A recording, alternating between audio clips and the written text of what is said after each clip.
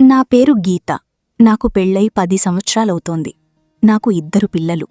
మా జీవితం చాలా సంతోషంగా సాగిపోతుందని నేననుకునేదాన్ని. నా భర్త శివ మంచి ఉద్యోగం చేస్తున్నాడు. పిల్లలను ఎంతో ప్రేమించేవాడు. కుటుంబం కోసం ఎంత కష్టమైనా భరించే వ్యక్తి అని నేను గర్వపడేదాన్ని. కాని జీవితంలో కొన్ని మార్పులు చాలా నెమ్మదిగా వస్తాయి. మొదట అవి మనకు కనిపించవు. తర్వాత అవే మన జీవితాన్ని పూర్తిగా మార్చేస్తాయి. హాయ్ ఫ్రెండ్స్, అందరికీ నమస్కారం. ఈ వీడియోను ఎక్కడా స్కిప్ చేయకుండా చివరి వరకు చూడండి. కథ చాలా ఆసక్తికరంగా ఉంటుంది. కొత్తగా మా ఛానల్కి వచ్చినవారు సబ్స్క్రైబ్ చేసుకోండి. వీడియో నచ్చితే తప్పకుండా లైక్ చేయండి. మీ ఒక్క లైక్ నాకు మరిన్ని మంచి కథలు తీసుకురావడానికి ఉత్సాహాన్నిస్తుంది. ఇక కథలోకి వెళ్దాం. గత నెల రోజులుగా శివ ప్రవర్తనలో ఏదో మార్పు కనిపిస్తోంది. ముందు సాయంత్రమయ్యేసరికి ఇంటికి వచ్చేవాడు. పిల్లలతో ఆడుకునేవాడు. నాతో కూర్చొని మాట్లాడేవాడు. కలిసి భోజనం చేసేవాళ్లం. ఇంట్లో నవ్వులు సరదాలు ఉండేవి. కాని ఇప్పుడు పరిస్థితి పూర్తిగా మారిపోయింది. ప్రతిరోజూ రాత్రి చాలా ఆలస్యంగా వస్తున్నాడు. కారణం అడిగితే ఆఫీసులో పని ఎక్కువగా ఉందని చెబుతున్నాడు. కొత్త ప్రాజెక్ట్ వచ్చిందని, దాన్ని పూర్తి చేయాల్సి ఉందని చెప్పేవాడు. మొదట్లో నేను నమ్మాను. కుటుంబం కోసం కష్టపడుతున్నాడని అనుకున్నాను. కాని రోజులు గడిచే కొద్దీ అతనిలో వచ్చిన మార్పులు నాకు అర్థం కాకుండా పోయాయి. పిల్లలు కూడా అడగడం మొదలుపెట్టారు. అమ్మా, డాడీ ఎందుకు ఆలస్యంగా వస్తున్నారు? అమ్మా, డాడీతో ఆడుకోవాలి. అమ్మా, డాడీ ఈరోజు త్వరగా వస్తారా అని అడిగేవారు. కాని వాళ్ల ప్రశ్నలకు నా దగ్గర సమాధానం ఉండేది కాదు. డాడీకి పని ఎక్కువగా ఉంది నాన్నా అని చెప్పి వారిని ఓదార్చేదాన్ని. కాని నా మనసులో మాత్రం సందేహాలు మొదలయ్యాయి. ఒకరోజు రాత్రి 12 గంటలు దాటాక శివ ఇంటికి వచ్చాడు. అతని ముఖం అలసిపోయినట్టు కనిపించింది. కాని ఆ అలసటలో ఏదో నకిలీభావం నాకు కనిపించింది. ఏంటండి, ఇలా ప్రతిరోజూ లేటవుతోంది అని అడిగాను. ఏం చెయ్యను గీతా, ఆఫీస్లో వర్క్ ఎక్కువగా ఉంటుంది. నేనేమైనా కావాలని ఉంటున్నానా అన్నాడు నీరసంగా. ఏం జాబ్ అండి, తొక్కలో జాబ్, టైమూ పాడు లేకుండా. ఇది కాకపోతే ఇంకొకటి చూసుకోండి. లేదంటే రిజైన్ చేసి పారేసి మన ఊరు వెళ్దాం పదండి. హ్యాపీగా మామయ్య గారితో పాటు వ్యవసాయం చేసుకుంటూ పల్లెటూర్లో ప్రశాంతంగా ఉండొచ్చు. మీకోసం పిల్లలు ఎంతగా ఎదురుచూసి పడుకున్నారో తెలుసా? వాళ్లతో మీరు టైం స్పెండ్ చేసి ఎన్ని రోజులవుతుందో మీకు గుర్తుందా? అందుకే ఈ జాబ్ మానేయమంటున్నాను అంది గీత. ఒక్కసారిగా ఖంగు తిన్నాడు శివ. భలేదానివే, అందరూ జాబ్స్ లేక అల్లాడి చస్తుంటే ఉన్న ఉద్యోగం వదిలేసుకోమంటావా? భలే సలహా ఇస్తున్నావు. నువ్వెలాగూ జాబ్ మానేసి ఇంట్లో కూర్చున్నావు, నన్ను కూడా కూర్చోమంటావా నీకు తోడు అంటూ లోపలికి వచ్చి చేతిలో ఉన్న ల్యాప్టాప్ సోఫాలో పడేసి, ఆకలి వేస్తూంది, అన్నం పెట్టు అన్నాడు. ముందు ఆ కంపు వదిలించుకురండి. ఏంటి మీ దగ్గర ఈ మధ్య అదో రకమైన స్మెల్లొస్తుంది? అది మీరు వాడే స్ప్రే స్మెల్ కాదు. ఏంటో దరిద్రంగా ఉంది ఈ వాసన. ముందు వెళ్ళి ఫ్రెష్ అయి రండి అంది చిరాగ్గా. అబ్బా, ఈ అర్ధరాత్రి ఏంటి నీ గొడవ? ఆకలేస్తుందంటే. అది నా ఫ్రెండ్కి కార్లో లిఫ్ట్ ఇచ్చాను. వాడు వాడే సెంటు వాసన ఇది. ఒకే కార్లో వచ్చాం కదా అంటూ వాష్రూమ్కి వెళ్ళి ఫ్రెష్ అయి వచ్చి అలాగే వెళ్ళి పడుకున్నాడు. ప్లేట్లో భోజనం తీసుకువెళ్ళి, అదేంటి పడుకున్నారు? ఆకలన్నారు కదా, లేవండి అంది. అబ్బా, నిద్రొస్తోంది, వదిలేసేయ్, మార్నింగ్ తింటానులే అన్నాడు. అందుకే కదా ఆ తొక్కలో జాబ్ వదిలేయమంటున్నాను. కంటికి నిద్ర, ఒంటికి తిండి లేకుండా మీరు సంపాదించి ఏం చేస్తారు? ముందు లేచి కూర్చోండి అని అతనికి గోరుముద్దలు తినిపిస్తూ, అయినా సడన్గా ఈ నెల రోజుల నుంచి ఎందుకు వర్క్ ఎక్కువైంది? అంతకు ముందిలా ఉండేది కాదు కదా అంది. అది కొత్త ప్రాజెక్టులు వచ్చాయి, ఇంకా పూర్తి కాలేదు. అందుకే వాటికి వీటికి టైం సరిపోవడం లేదు అన్నాడు. గీత శివకు తినిపిస్తుంటే శుభ్రంగా తినేసి ఆమె ఇచ్చిన పాలు తాగేసి, గుడ్ నైట్ గీత, నాకు నిద్రొస్తోంది, సారీ, నువ్వు తినేసిరా అని ముసుగు తన్ని నిద్రపోయాడు. ఏం జాబో ఏంటో, మనిషికి ప్రశాంతత లేకుండా అని నసుక్కుంటూ ఆ టైంలో ఒక్కదానికి తినాలనిపించక ఓ గ్లాస్ మజ్జిగ తాగి పిల్లల రూంలోకి వెళ్ళి చూసి వాళ్ళు కప్పుకున్న బెడ్షీట్ సరిచేసి వచ్చి శివ పక్కన పడుకుంది. పూర్తిగా అలసిపోయిన శివ అప్పటికే ఆరమర్చి నిద్రపోతున్నాడు.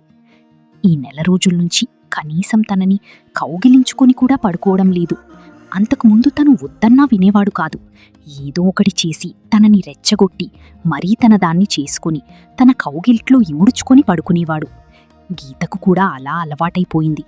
నెల రోజుల్నుంచి అతనికి దూరంగా ఉండాలంటే తన వల్ల కావటం లేదు. ఒళ్ళంతా చెమచెమలాడుతోంది. అసలు నిద్రే పట్టడం లేదు. అంతగా తప్పించిపోయేవాడు. నైటది లేకపోతే నిద్ర పట్టదు అనేవాడు. అలాంటిది ఎలా కురకపెట్టి నిద్రపోతున్నాడో చూడు, దొంగముఖాపోడు అని అతని చేతిని తన చుట్టూ వేసుకుని అతన్ని గట్టిగా హత్తుకుని పెదవుల మీద తడిచేస్తూ అదే పెదవులతో అతని మీసం చిన్నగా లాగింది. ఏయ్ రూపా, ఇప్పటికే 2 సార్లయిపోయింది. ఇంక నేనింటికి వెళ్ళొద్దా? ఇప్పటికే చాలా లేటైందన్నా. అస్పష్టమైన మాటలు ఆమె చెవిన పడ్డాయి.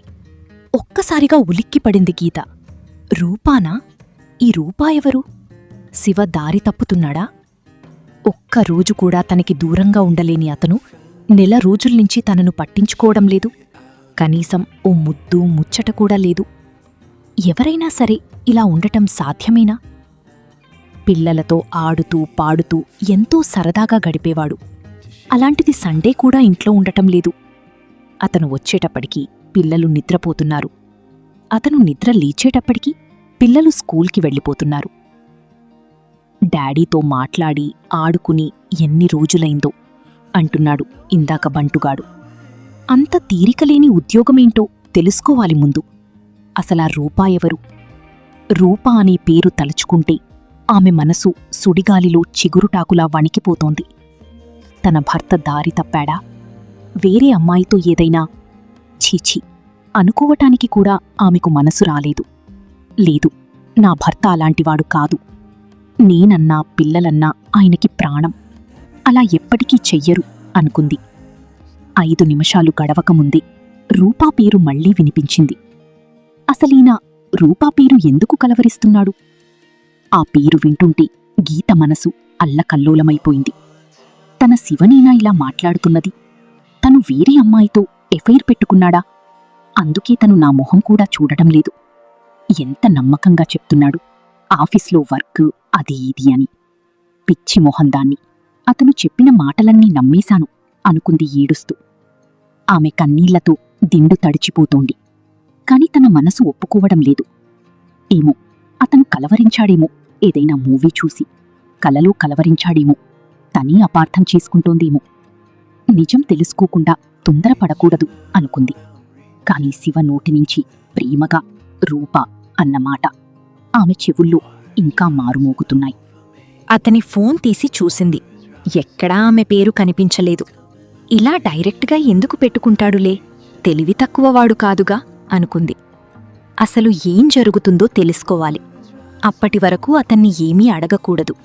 మళ్ళీ ఒకవేళ తను అనుకున్నది అబద్ధమైతే అతను చాలా బాధపడతాడు, చాలా ఫీలవుతాడు అనుకుంది. ఆ రాత్రి తర్వాత గీత మనసుకు ప్రశాంతత లేకుండా పోయింది.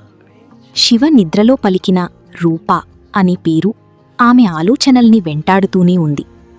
ఉదయం లేచిన తర్వాత కూడా ఆమె మామూలుగా ప్రవర్తించింది. శివకు ఏమీ తెలియనివ్వలేదు.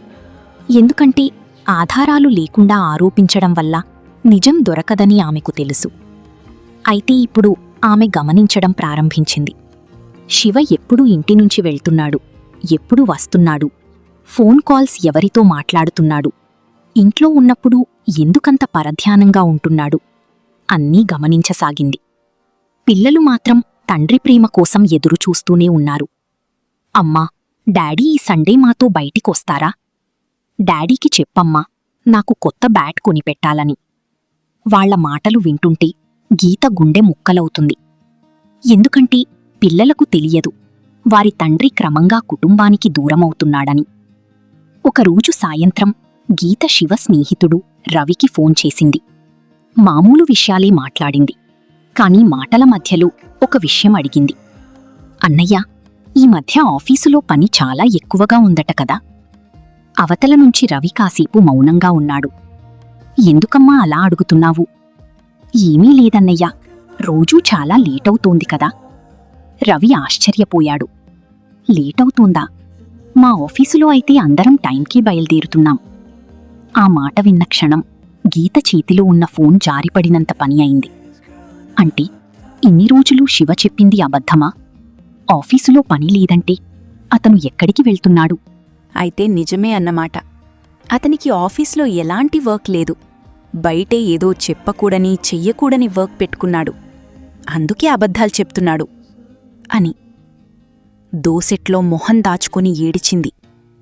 అప్పుడే బయట ఆడుకొని ఇంట్లోకి వచ్చిన పిల్లలు, ఏమైందమ్మా, ఎందుకేడుస్తున్నావు అన్నారు.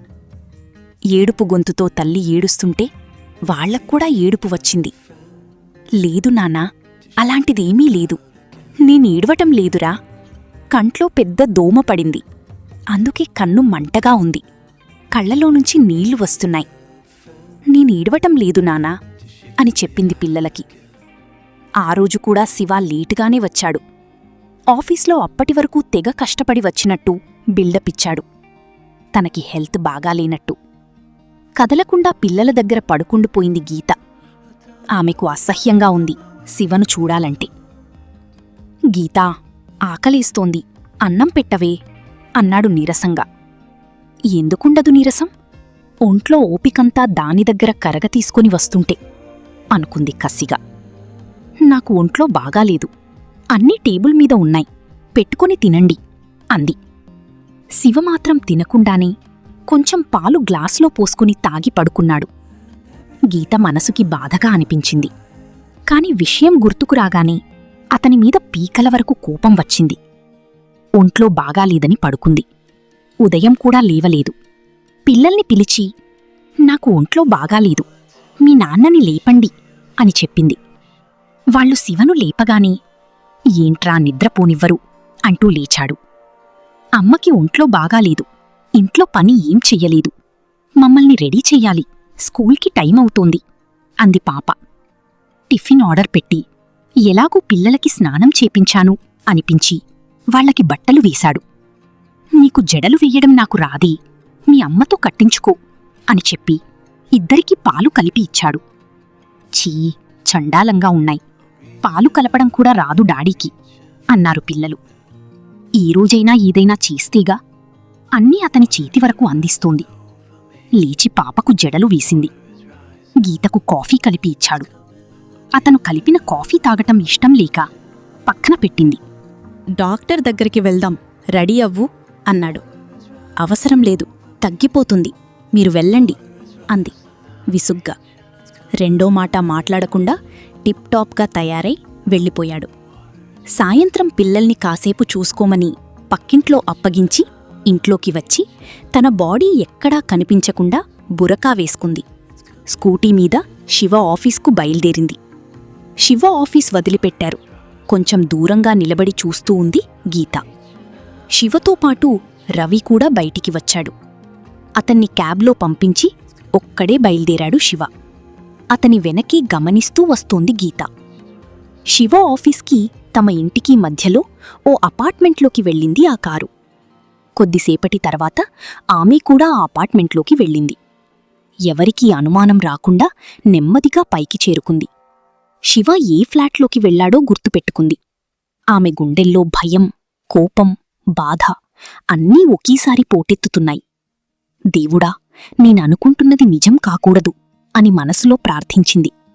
కాని కొన్ని నిమిషాల తర్వాత ఆమెకు నిజం అర్థమైంది. శివ అక్కడ ఒంటరిగా లేడు. అతను మరొక మహిళతో తన కుటుంబానికి తెలియకుండా సంబంధం కొనసాగిస్తున్నాడు. ఆ దృశ్యం చూసిన క్షణం గీతకు ప్రపంచమే ఆగిపోయినట్టు అనిపించింది. వాళ్ల మధ్య ఉన్న అనుచిత సంబంధాన్ని గీత తన కళ్ళారా చూసింది. గుండె పగిలిపోయింది గీతకు. ఎంతో ప్రేమించిన భర్త, తన కోసం ఎంత కష్టపడుతున్నాడని నమ్మిన వ్యక్తి, పిల్లలకు ఆదర్శంగా ఉండాల్సిన తండ్రి ఇలా మోసం చేస్తాడని ఆమె ఎన్నడూ ఊహించలేదు. శివ అంటే అసహ్యం వేసింది. తన ఫోన్లో వీడియో కెమెరా ఆన్ చేసి కిటికీలో పెట్టి అక్కడ నిలబడలేక పక్కకి వచ్చేసింది. నిన్ను వదిలిపెట్టి నేనుండలేను రూపా, నేనసలు ఇంటికి వెళ్ళను, నీ దగ్గరే ఉండిపోతాను. కావాలంటే దానికి విడాకులు ఇస్తాను. నాకింకా ఎవ్వరూ అవసరం లేదు, నువ్వొక్కదానివే చాలు, స్వర్గం చూపిస్తున్నావి అంటూ ఆవేశంగా ఆమెలో చెలరేగిపోతున్నాడు శివ. కాసేపటికి వాళ్ల గొడవ కాస్త మణిగింది. గీత మళ్లీ విండో దగ్గరికి వెళ్లి కర్టెన్ పక్కకు తొలగించి చూసింది. హాల్లో ఎవ్వరూ లేరు. బెడ్రూంలోకి వెళ్లారనుకుంటా. అక్కడి నుంచి ఏవో సౌండ్స్ వినిపిస్తున్నాయి. ఇక అక్కడ ఉండలేక ఫోన్ తీసుకుని గబగబా కిందకొచ్చి ఇంటికి వెళ్ళిపోయింది. జరిగింది తలుచుకుంటే ఆమె గుండె పగిలిపోతుంది. ఆమె మనస్సు పూర్తిగా విరిగిపోయింది. కన్నీళ్లు జలాజలా కారిపోతూ ఉన్నాయి. కన్నీళ్లు ఆగకుండా వచ్చాయి. కాని అక్కడ ఎలాంటి గొడవ చెయ్యలేదు, అరవలేదు, ఎవ్వరినీ నిలదీయలేదు. ఎందుకంటే కోపంతో తీసుకునే నిర్ణయం కంటే ఆలోచనతో తీసుకునే నిర్ణయం బలంగా ఉంటుందని ఆమెకు తెలుసు. ఇంటికి చేరుకున్న తర్వాత పిల్లలు అమ్మా అంటూ ఆమెను కౌగిలించుకున్నారు.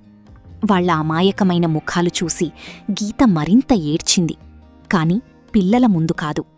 వాళ్లు నిద్రపోయాక తన గదిలో ఒంటరిగా కూర్చుని ఎంతసేపు ఏడ్చిందో తనకే తెలియదు. అయితే ఆ రాత్రి ఒక విషయం మాత్రం స్పష్టంగా అర్థమైంది. తన పిల్లల భవిష్యత్తు కోసం నిలబడే గీత కావాలి అనుకుంది. మళ్లీ తనకు తనే ధైర్యం చేసుకుని, అవును, నేనెందుకు ఏడుస్తున్నాను? నేనేమైనా తప్పు చేశానా? నేను ఎలాంటి తప్పు చెయ్యలేదు. తప్పు చేసిన అతడిని కాలర్ పట్టుకుని నిలదీయాల్సింది పోయి ఏమీ చేతకాని దానిలా ఇంట్లో ఏడుస్తూ ఎందుకు కూర్చున్నాను నేను ఏడవాల్సిన అవసరం లేదు. ఆత్మాభిమానం చంపుకుని ఇలాంటి వ్యక్తితో బ్రతకాల్సిన అవసరం కూడా లేదు అనుకుంది. ఆలోచించి ఒక నిర్ణయం తీసుకుంది. మరుసటి రోజు ఉదయం లేచిన వెంటనే ఆమె తన పాత స్నేహితులకు ఫోన్లు చేసింది. చాలా సంవత్సరాల క్రితం పెళ్లి తర్వాత ఉద్యోగం మానేసింది. ఇప్పుడు మళ్లీ ఉద్యోగంలో చేరాలని నిర్ణయించుకుంది. నాకు ఏదైనా అవకాశముంటే చెప్పండి అని అందరినీ అడిగింది. చాలామంది ఆశ్చర్యపోయారు. ఇన్ని సంవత్సరాల తర్వాత మళ్లీ జాబ్ చెయ్యాలనుకుంటున్నావా అని అడిగారు. అవును అని ఒక్క మాట చెప్పింది గీత. ఆ ఒక్క మాట వెనక ఎంత బాధ ఉందో ఆమెకీ తెలుసు. కొన్ని రోజుల తర్వాత ఆమెకొక మంచి అవకాశం వచ్చింది. ఒక్క 10 రోజుల్లో జాబ్లో జాయిన్ అవ్వమని గీతకు లెటరొచ్చింది. తన ఆత్మాభిమానం చంపుకొని శివలాంటి ద్రోహితో కలిసి ఉండటం ఇష్టం లేదు. అతనికి తను ఏం తక్కువ చేసింది? ఎంత హ్యాపీగా ఉంటున్నారు పిల్లలు. తను తన సంతోషమైన కుటుంబం తమది అనుకుంది. కాని ఇలా చేస్తాడు అని కలలో కూడా అనుకోలేదు. అతన్ని చూస్తేనే అసహ్యం వేస్తుంది. మాట్లాడాలంటే చిరాకుగా అనిపిస్తుంది. పొరపాటున అతని చేతివేళ్లు తగిలినా ఒళ్లంతా తేళ్లు జీర్రులు పాకినట్లుగా అనిపిస్తోంది. ఇంకా ఎంత అమాయకంగా తమ కోసమే ఎక్స్ట్రా వర్క్ చేస్తున్నట్లు ఎంత కవరింగ్ ఇస్తున్నాడు. ఛీ, ఇలాంటి మనిషితోనా తను ఇంతకాలం కలిసి కాపురం చేసింది? తలుచుకుంటేనే తన ఒంటిని తానే తగలపెట్టుకోవాలి అనిపిస్తోంది. అంత అసహ్యంగా ఉంది అతన్ని చూస్తే. ఆమెలో అంత స్పెషల్ ఏముంది? నేను ఆడదాన్ని, ఆమె ఆడదే కదా. ఇంతకుముందు తనతో కూడా అలాగే మాట్లాడేవాడు. నువ్వు లేనిదే నేను బ్రతకలేను, నా అనురాగ దేవతవి నువ్వు తప్ప నాకు ఈ ప్రపంచంలో ఎవ్వరూ అవసరం లేదు అని. ఈరోజు దాని దగ్గర కూడా అదే చెప్తున్నాడు. అంటే ఇతనికి ఆడదంటే ఒక ఆట బొమ్మ, అంతే తప్ప ప్రేమ అభిమానాలు లాంటివి ఏమీ లేవు అతనికి. కొత్తగా వింత అంటే ఇదేనేమో. అయినా అతనికి పిల్లలు కూడా గుర్తుకు రావటం లేదు. ఎందుకని? కేవలం శారీరక సుఖముంటే చాలా, ఇంక ఏమీ అవసరం లేదా? వాళ్ళిద్దరి మధ్య అన్వేషణ తప్ప ప్రేమ లేదు.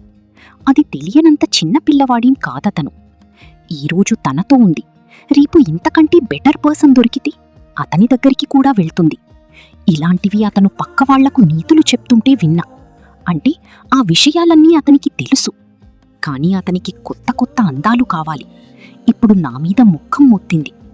ఈరోజు ఆమె, ఇంకొన్నాళ్లపోతే ఇంకొక ఆమె. ఇతనితో ఉంటే జీవితాంతం తను ఇలా అడ్జస్ట్ అయ్యి ఆత్మాభిమానం చంపుకొని బ్రతుకుతూ ఉండాలి. ఇలాంటి బ్రతుకు అవసరమా తనకి అనుకుంది. తన మీద లేకపోతే మానే, కనీసం పిల్లల మీద కూడా అతనికి ప్రేమ లేకుండా పోయింది. నిన్న బంటుగాడు నిద్రలేపి మరీ అంతగా చెప్పాడు, డాడీ, ఈరోజు నా బర్త్డే, సాయంత్రం పెందలాడే రండి అని. సర్లేరా, వచ్చేస్తాను అన్నాడు. కాని కొడుకు బర్త్డే కూడా గుర్తులేదు. నేరుగా దాని దగ్గరికి వెళ్ళాడు. రోజులాగి అర్ధరాత్రి వచ్చాడు. నువ్వు కానీ నానా, డాడీకి లేటవుతుందని అంటున్నా కూడా డాడీ వస్తా అని చెప్పారు. డాడీ వస్తారు అని ఎదురుచూసి చూసి వాళ్ల నాన్న రాలేదని అలిగి కనీసం కేక్ కూడా కట్ చేయలేదు.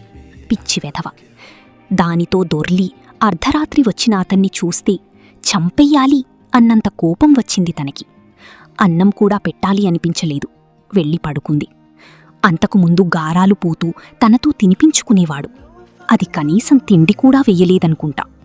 ఈ 4 రోజుల్నుంచి హెల్త్ బాగాలేదు అని వంక పెట్టుకుని తిండి పెట్టకపోతే చచ్చినట్టు తనీ పెట్టుకుని తింటున్నాడు. ఇలాంటి వాళ్లకి ఇలానే చెయ్యాలి. ప్రేమగా చూస్తే దాని విలువ తెలియదు అని ఏడ్చుకుంది. ఈ దిక్కుమాలిన కన్నీళ్ళేంటో అనవసరంగా వస్తాయి. అలాంటివాడికి దూరంగా పోతున్నందుకు సంతోషించాలి కాని ఈ కన్నీళ్ళెందుకు నాకు అని తనని తానే తిట్టుకుని బాధపడింది.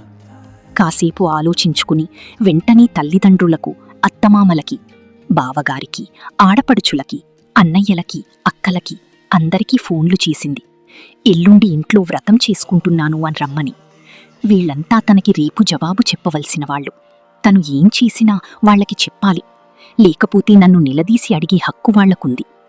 అందుకే విషయమంతా ముందుగానే వాళ్లకి చెప్పి వాళ్ల సలహాతోటి తను అనుకున్నది చెయ్యాలి అనుకుంది. మరుసటి రోజు సాయంత్రానికి అందరూ వచ్చారు. అందరికీ వంట చేసి పెట్టింది.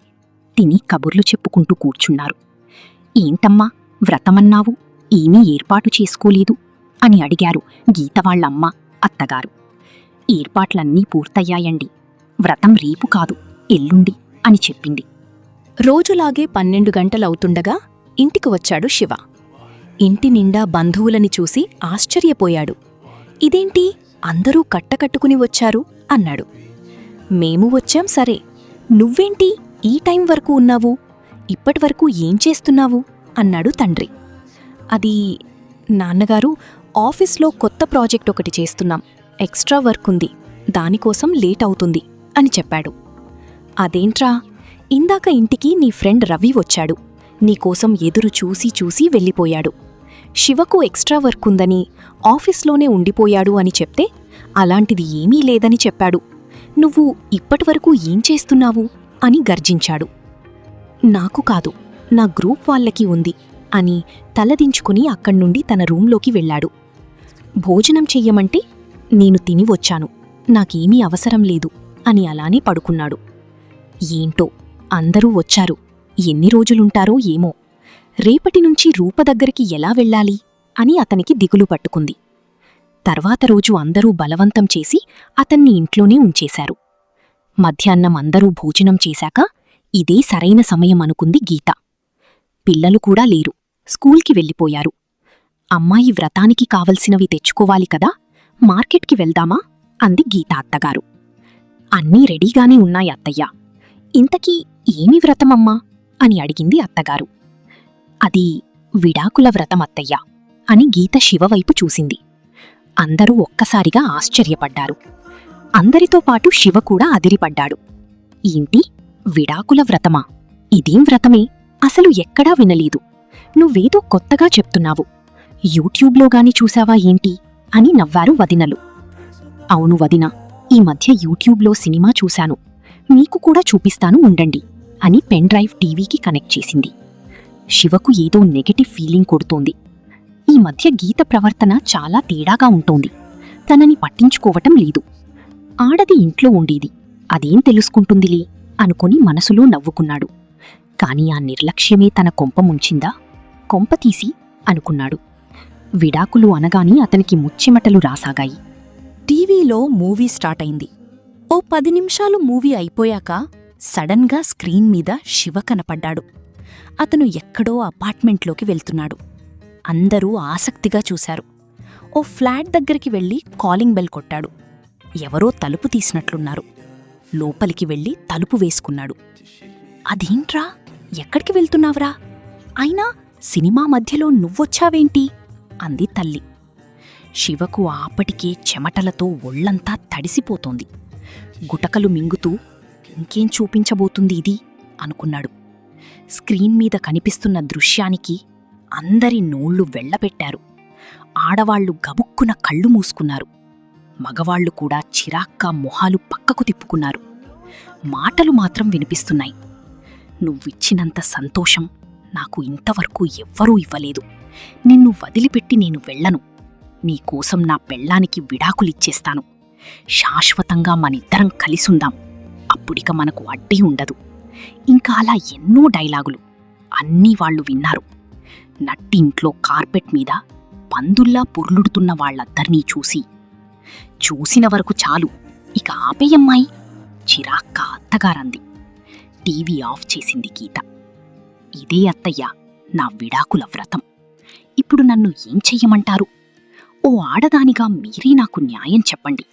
వదినా, మీరు కూడా మీ తమ్ముడు మరదలు అని కాకుండా కేవలం ఆడదానిగా ఆలోచించి చెప్పండి. ఇప్పుడు నేను ఏం చేస్తే బావుంటుంది?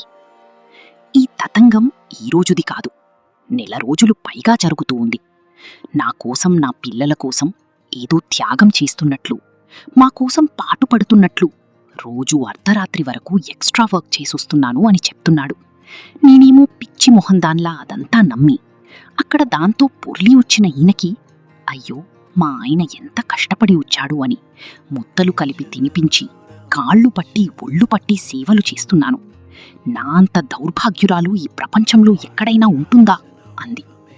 అందరూ శివను చూపలతోనే కాల్చేసేట్టు చూస్తున్నారు. వాళ్ళందరి చూపలకి శక్తి ఉంటే అతను మాడి మసైపోయి ఉండేవాడు. ఎవ్వరూ ఇంకా తీరుకోలేకపోతున్నారు తాము చూసిన నిజంలోంచి. అందరికీ ఆశ్చర్యం, అసహ్యం కలగలసి వచ్చాయి. అతన్ని ఏం చెయ్యాలో అర్థం కావటం లేదు. ఇన్నాళ్లుగా అతను ఎంతో మంచివాడుగా పేరు తెచ్చుకున్నాడు. వాళ్ళందరిలో బుద్ధిమంతుడని, శ్రీరామచంద్రుడని, ఇలాంటి కొడుకు ఒక్కడున్నా చాలని చాలా బిరుదులు పొందాడు. చివరికి చూస్తే మేడిపండు చూస్తే మేలిమయ్యుండు అన్న సామెతగా అతని పొట్టనిండా పురుగులే అంది గీత. అతన్ని ఏమి అడగాలో కూడా వాళ్లకి అర్థం కావటం లేదు. ఏంటి మామయ్యగారు, అందరూ అలా కాముగా కూర్చుంటే ఎలా? సినిమా చూశారు కదా, రివ్యూ చెప్పండి. ఎలా ఉంది? చాలా హాట్గా ఉంది కదూ, పక్కా 100 డేస్ కదా అంటుంటే ఆమె గొంతు బొంగురిపోయి కళ్లలోంచి నీళ్లు కారిపోతున్నాయి. ఆమె మనసులో ఎంత మదన పడుతుందో, ఎంత వేదన పడుతుందో అక్కడున్న అందరికీ అర్థమైంది. అందరి తరపున వాడి తండ్రిగా చెప్తున్నానమ్మా, నువ్వు ఏమనుకుంటున్నావో అదే చెయ్యి. నువ్వు ఏం చేస్తానన్నా మేమెవ్వరూ అడ్డు చెప్పం, అంతా నీ ఇష్టమే అన్నాడు మామగారు. అత్తగారు కూడా ఆయన మాటే కరెక్ట్ అంది. అందరూ గీత తరపున సపోర్ట్ చేశారు. నువ్వేం చేసినా మేమెవ్వరూ అడ్డు చెప్పం, ఏం చెయ్యాలనుకుంటున్నావమ్మా అని అడిగారు. ఆడదానిగా నా ఆత్మాభిమానం చంపుకుని ఇతనితో కలిసి నేను బ్రతకలేను మామయ్యగారు. విడాకులు తీసుకోవాలనుకుంటున్నాను. ఇలాంటి వ్యక్తి దగ్గర నా పిల్లల్ని ఉంచడం ఇష్టం లేదు. వాళ్ళు నా దగ్గరే ఉంటారు. వాళ్ళని నేను పోషించుకుంటాను. అది ఎంత కష్టమైనా. మీరంతా నా వెనకే ఉన్నారు అనే ధైర్యం నాకుంది. ఈ నిర్ణయానికి మాత్రం ఎవ్వరూ అడ్డు చెప్పొద్దు అని నమస్కారం చేసింది. నివ్వేరపోయి చూస్తూ ఉన్నాడు శివ. సారీ, ఏదో తెలియక తప్పు చేశాను. ఆ మాత్రానికి ఇంత పెద్ద శిక్ష వేస్తారా? నన్ను క్షమించు గీత అని చేతులు పట్టుకోబోయాడు. దూరంగా జరిగింది గీత. ప్లీజ్, నన్ను ముట్టుకోవద్దు. ఇంతకు ముందు నీతో కలిసి కాపురం చేసినందుకు నన్ను నేను తగలపెట్టుకోవాలి అనిపిస్తోంది. కేవలం నా పిల్లల కోసం బ్రతికి ఉన్నాను. నీకు నేను ఎందులోనూ ఎలాంటి లోటు చేయలేదు. ప్రేమ, అభిమానం చూపించడంలో ఏమైనా లోటు చేశానా? నా పిల్లలతో పాటు అమ్మలా నీక్కూడా ముద్దలు కలిపి తినిపించేదాన్ని. నా మొగుడు బయటకి వెళ్ళి కష్టపడి వస్తున్నాడు అని నువ్వొచ్చే వరకు ఎదురెదురు చూసి నీకు చిన్న కష్టం కూడా కలగకుండా చూసుకునేదాన్ని. నీకు కాస్త ఒంట్లో నలుచగా ఉంటే నా ప్రాణం పోయినంతగా నేను ఫీలయ్యేదాన్ని. ఆ ప్రేమ నీకు రుచించలేదా? భార్యగా తన బాధ్యతల్లో ఎలాంటి లోటూ చేయలేదని గీత బాధపడింది. నువ్వడిగినప్పుడల్లా, నాకు ఒంట్లో బాగాలేని సమయంలో కూడా నేను నిన్ను కాదని, వద్దని అనేదాన్ని కాదు. మీరు కౌగిట్లోకి తీసుకోగాని అదే స్వర్గమన్నట్లు మీలో కరిగిపోయేదాన్ని. దానంత సుఖం నేనే ఇవ్వలేకపోయాను అని మీరు అనుకున్నారు. నాకు విడాకులిచ్చి శాశ్వతంగా దానితోనే ఉండాలని కలగంటున్నారు. మీ మాటకి, మీ అభిప్రాయానికి నేనెప్పుడూ ఎదురు చెప్పలేదు. ఇప్పుడు కూడా అలాగే చేస్తున్నాను. మిమ్మల్ని శాశ్వతంగా వదిలి దూరంగా వెళ్తున్నాను. ఇంకెప్పుడూ నన్ను చూడాలని, నాతో మాట్లాడాలని ప్రయత్నించద్దు. ఏదో చిన్న ఆశ ఉండేది, పిల్లల మీదైనా మీకు ప్రేమ ఉంటుందేమో అని. వాళ్లకోసమైనా నా మనసు చంపుకొని కలిసి ఉందామనుకున్నాను. బంటుగాడు నిన్న, నాన్నా, నా బర్త్డే పిందలాడి రమ్మని ఎంతగా చెప్పాడు. సరేనని చెప్పి నువ్వు రోజూలాగే దానితో కులికి అర్ధరాత్రి వచ్చావు. వాడు వాడి ఫ్రెండ్స్ ముందు ఎంత ఫీలయ్యాడు. మా నాన్నగారు వస్తాను అన్నారు, వస్తారు అని తండ్రి మాట మీద నమ్మకంతో అందర్నీ వెయిట్ చేపించి నువ్వు రాకపోయేసరికి వాడు కనీసం కేక్ కూడా కట్ చేయకుండా అలిగి ఏడుస్తూ కూర్చున్నాడు. పుట్టినరోజునాడు అన్నం కూడా తినకుండా కడుపు మార్చుకొని పడుకున్నాడు నా బిడ్డ. నా పిల్లలకి అలాంటి ఎదురుచూపులు చూపించి తండ్రి అవసరం లేదు. నీ వల్ల వాళ్ళు బాధపడటం నేను చూడలేను. నీకు పిల్లల కంటే దానితో గడపడమే ఎక్కువైనప్పుడే నిర్ణయించుకున్నాను. పిల్లల కోసం ఇక నీతో కలిసి ఉండాల్సిన అవసరం లేదు అని, ఇక నా నిర్ణయానికి తిరుగులేదు అని చెప్పింది నిష్ఠూరంగా. వాడు చేసిన నీచమైన పనికి నీ నిర్ణయమే సరైంది. తెలియక తప్పు చేయడానికి వాడేమీ చిన్నపిల్లవాడు కాదు. 2 పిల్లల తండ్రి. 35 ఏళ్ల పైనే ఉన్నాయి. ఇంకా తెలియక చేసేదేంటి? ఓళ్ళు మదమెక్కి నన్ను ఎవరూ అడ్డుకునేది అని కొవ్వెక్కి చేసే పనులు కాకపోతే. అందుకే నేను ఒక నిర్ణయం తీసుకున్నాను. ఇప్పుడు వాడు కాదనటానికి కూడా వీలులేదు. వాడి భాగానికి వచ్చిన ఆస్తి మొత్తం నేను పిల్లలిద్దరి పేరుతో నేను గార్డియన్గా పెడుతున్నాను. ఇక వాడి దగ్గర ఏం చూసి అలాంటి వాళ్లంతా ఎగేసుకుని వస్తారో చూద్దాం. నువ్వు పిల్లల్ని తీసుకుని వచ్చి మాతో పాటు పల్లెటూర్లో ఉండమ్మా అన్నారు మామగారు. అవసరం లేదు మామయ్య, నేను జాబ్ చూసుకున్నాను. ఎక్కడా అని నేను చెప్పను, ఈ సిటీలో కాదు అని మాత్రం చెప్పింది. శివకు వాళ్ళెవరి మొహం చూడటానికి మొహం చెల్లడం లేదు. రూంలోకి వెళ్ళాక గీత కాళ్ళు పట్టుకోవాలి అనుకున్నాడు. కాని గీత అతని మొహం చూడలేదు. మరుసటి రోజు అందరూ ఎవరి దారిన వాళ్లు వెళ్ళిపోయారు. గీత కూడా తనవి పిల్లలవి వస్తువులు సర్దుకొని తను కూడా తల్లిగారింటికి వెళ్ళిపోయింది. శివకు ఇప్పుడు లోకమంతా శూన్యంగా అనిపిస్తోంది. ఇదేంటి ఇలా జరిగింది అనుకున్నాడు.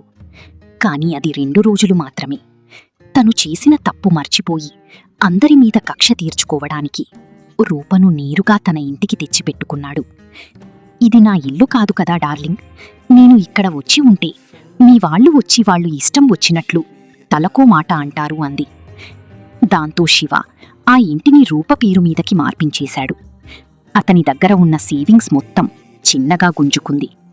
అతని కారు అమ్మించి కొత్త కారు తన పేరుతో కొనిపించింది. ఆమె మాయలో పడి సరిగ్గా జాబ్కు పోకుండా ఎప్పుడూ సెలవులు పెడుతూ ఉండటంతో మేనేజర్ జాబ్ పీకేశాడు. దాంతో రూప శివను ఇంట్లో నుంచి బయటకి నెట్టింది. ఇది నా ఇల్లు, కావాలంటే ఉండు, లేకపోతే బయటికి నడువు అన్నాడు. ఎవడివిరా నువ్వు, నా ఇంటిని పట్టుకుని నీ ఇల్లు అంటావు అని అతని మీద పోలీస్ కేసు పెట్టింది. నేనతని దగ్గర్నుంచి ఇల్లు కొనుక్కున్నాను, 4 నెలలు గడిచింది. ఇప్పుడొచ్చి ఇది నా ఇల్లు అని గొడవ చేస్తున్నాడు అని వగలమారి ఏడుపు ఏడ్చింది రూప పోలీసులతో. దాంతో పోలీసులు తీసుకెళ్లి మెత్తగా నలగొట్టారు. ఉండటానికి ఇల్లు లేదు, తింటానికి తిండి లేదు, జాబ్ లేదు, సేవింగ్స్ మొత్తం ఖాళీ చేసేసింది. చేతిలో రూపాయి లేకుండా పిచ్చివాడయ్యాడు. తండ్రి దగ్గరికి వెళ్ళాడు. నువ్వసలు మా కొడుకువే కాదు, బయటికి నడవమన్నాడు తండ్రి. ఎటుపోవాలో తెలియక, ఎలా బ్రతకాలో తెలియక పిచ్చివాడయ్యాడు. ముందు చేసిన కంపెనీలో బ్లాక్ మార్క్ వెయ్యడంతో ఎక్కడా జాబ్ కూడా రాలేదు. ఏవో చిన్న చిన్న జాబ్స్ చేసుకుంటూ రోజులు వెళ్లదీస్తున్నాడు. గీత ఎప్పటికైనా తనను రానివ్వకపోతుందా అని ఆశతో బ్రతుకుతున్నాడు. తను చేసిన పనికి రోజూ ఏడుస్తూ ఉన్నాడు. నాలా మాత్రం ఎవరూ తప్పు చెయ్యవద్దని తెలిసిన వాళ్లందరికీ చెప్పేవాడు. బెంగళూరులో గీత తన 2 పిల్లల్ని స్కూల్కి పంపిస్తూ, ఆఫీస్కి వెళ్తూ శివలేని లోటును మోస్తూ ఉంది. కాని తన ఆత్మాభిమానాన్ని చంపుకొని అతని దగ్గరికి మాత్రం వెళ్ళాలి అనుకోలేదు. అతన్ని మళ్లీ తన కుటుంబంలోకి తీసుకోవాలి అని కూడా అనుకోలేదు. ఆడది ఎప్పుడూ మగవాడి కాళ్ల కింద అణకిమణకి ఎందుకుండాలి? అదీ తప్పు గీత చేస్తే అతను ఒప్పుకుంటాడా? తన జీవితంలోకి తీసుకుంటాడా? అందుకి ఆడదానికి కూడా ఆత్మాభిమానం ఉంటుంది. అది ఎట్టి పరిస్థితుల్లో వదులుకోకూడదు అని ఇలా నేననుకుంటున్నాను. మీకెలా అనిపించింది? మరోవైపు శివ జీవితం కూడా పూర్తిగా మారిపోయింది. ఒకప్పుడు మంచి ఉద్యోగం, మంచి కుటుంబం, పిల్లల ప్రేమ, అందరి గౌరవం అన్నీ అతని దగ్గర ఉండేవి. కానీ వాటి విలువ అతనికి అప్పట్లో అర్థం కాలేదు. ఒక తప్పు నిర్ణయం, ఒక అబద్ధం, ఒక మోసం అతని జీవితాన్ని పూర్తిగా మార్చేశాయి. గీత వెళ్ళిపోయిన తర్వాత మొదట్లో శివ తన నిర్ణయమే సరైందని అనుకున్నాడు. కాని రోజులు గడుస్తున్న కొద్దీ ఒంటరితనం అతన్ని వెంటాడడం మొదలుపెట్టింది. సాయంత్రం ఇంటికొస్తే పిల్లల నవ్వులు లేవు, డాడీ అని పిలిచే స్వరాలు లేవు, తన కోసం ఎదురుచూసే భార్య లేదు. అప్పుడతనికి కుటుంబం విలువ అర్థమవ్వడం ప్రారంభమైంది. కాని అప్పటికే చాలా ఆలస్యమైపోయింది. ఒకరోజు తన కొడుకు పుట్టినరోజు ఫోటోలు సోషల్ మీడియాలో చూశాడు.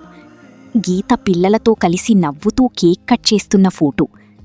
ఆ ఫోటో చూసిన క్షణం అతని కళ్లలో కన్నీళ్లు వచ్చాయి. ఎందుకంటే ఆ ఫోటోలో లేని వ్యక్తి ఒక్కరి, తండ్రిగా ఉండాల్సిన చోటు వెలితిగా మిగిలిపోయాడు. అదే సమయంలో గీత మాత్రం తన జీవితాన్ని మళ్లీ నిర్మించుకుంటోంది. ఉద్యోగంలో తన ప్రతిభను నిరూపించింది, పిల్లలకు మంచి చదువు అందించింది, వాళ్లతో సమయం గడిపింది. ఆమె ముఖంలో మునుపటి బాధ పూర్తిగా పోకపోయినా ఆత్మవిశ్వాసం మాత్రం రోజురోజుకీ పెరిగింది. ఒకరోజు ఆమె కొడుకు స్కూల్లో జరిగిన కార్యక్రమంలో మొదటి బహుమతి గెలిచాడు. స్టేజ్ మీద నిలబడి టీచర్ అడిగారు, "నీకు జీవితంలో స్ఫూర్తి ఎవరు?" అని టీచర్ అడగగానే ఆ అబ్బాయి ఒక్క క్షణం కూడా ఆలోచించలేదు. "నా అమ్మ" అని చెప్పాడు. ఆ మాట విన్న గీత కళ్లలో ఆనందబాష్పాలు తిరిగాయి.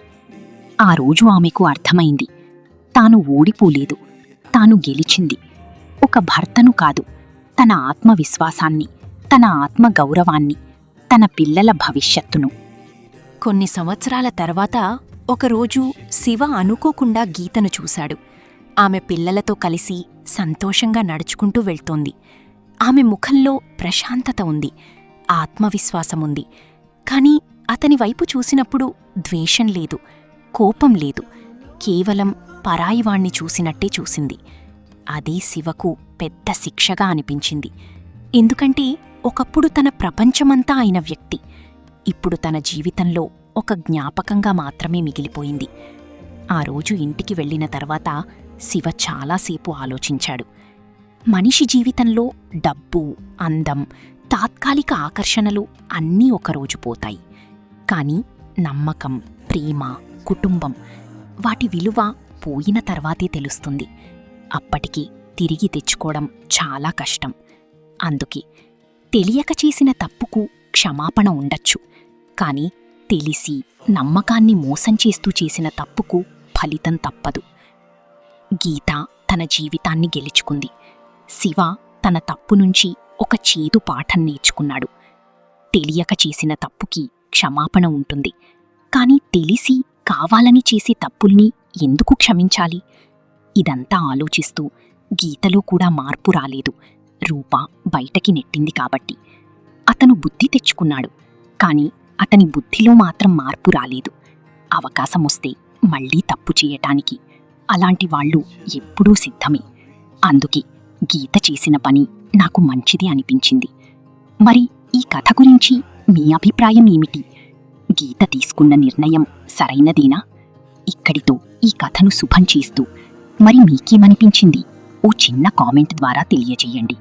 కథ నచ్చితే తప్పకుండా లైక్ చేయండి, సబ్స్క్రైబ్ చేసుకోండి. బాయ్.